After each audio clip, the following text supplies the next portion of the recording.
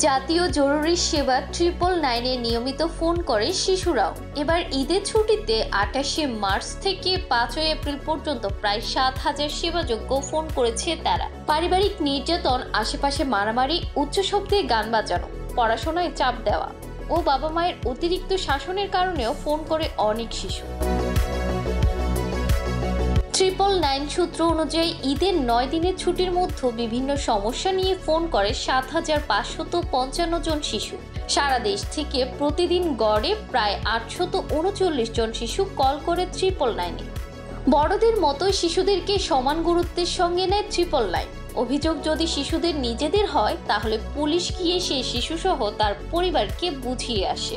পরিবারের অন্য সদস্যদের বিপদ আপদ হলেও সেটা সমাধানের চেষ্টা করে।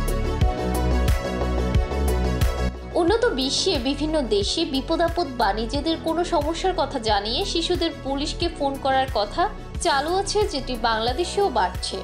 999-এ দায়িত্বরত পুলিশ সদস্যরা বলেছেন, বাংলাদেশের আইন অনুযায়ী 18 বছর পর্যন্ত শিশু।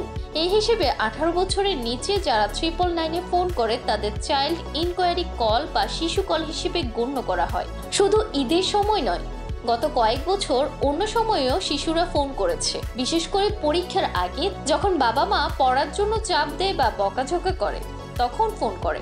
আবার পরীক্ষার আগে কোচিং সেন্টার বন্ধ থাকার কথা থাকলেও বন্ধ না হলে সে বিষয়ে ফোন করে অনেক শিশু শিক্ষার্থী তথ্য দেয়। তবে ফ্রি কলের সুযোগ থাকায় অনেক শিশু 999-এ ফোন করে বকাঝকা করে, গান শোনায়, এমনকি মিসড কলও দেয়। এগুলো চলে যায় ভুয়া কলার হিসেবে।